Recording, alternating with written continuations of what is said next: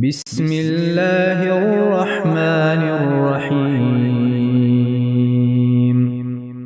سبحان الذي أسرى بعبده ليلا من المسجد الحرام إلى المسجد الأقصى الذي باركنا حوله لنريه من آياتنا إنه هو السميع البصير. وآتينا موسى الكتاب وجعلناه هدى لبني إسرائيل ألا تتخذوا من دوني وكيلا ذرية من حملنا مع نوح إنه كان عبدا شكورا. وقضينا إلى بني إسرائيل في الكتاب لتفسدن في الأرض مرتين ولتعلن علوا كبيرا.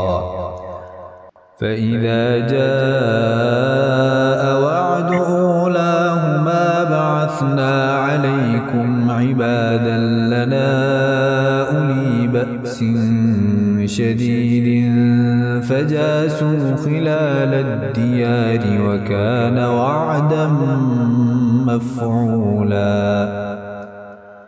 ثم رددنا لكم الكرة عليهم وأمددناكم بأموال وبنين وجعلناكم أكثر نفيرا.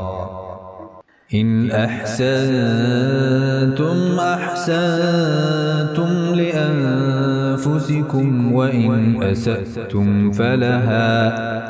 فإذا جاء وعد الآخرة ليسوءوا وجوهكم وليدخلوا المسجد كما دخلوه أول مرة وليتبروا ما علوا تتبيرا.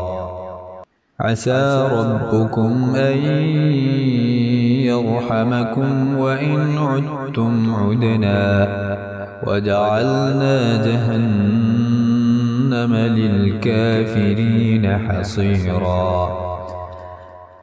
إن هذا القرآن يهدي للتي هي أقوم ويبشر المؤمنين الذين يعملون الصالحات أن لهم أجرا كبيرا وأن الذين لا يؤمنون بالآخرة أعتدنا لهم عذابا أليما. ويدعو الإنسان بالشر دعاءه بالخير وكان الإنسان عجولا.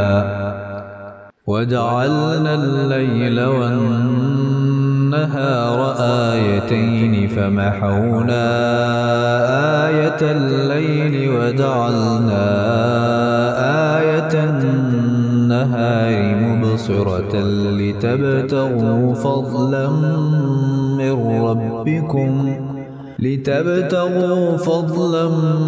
من ربكم ولتعلموا عدد السنين والحساب وكل شيء فصلناه تفصيلا.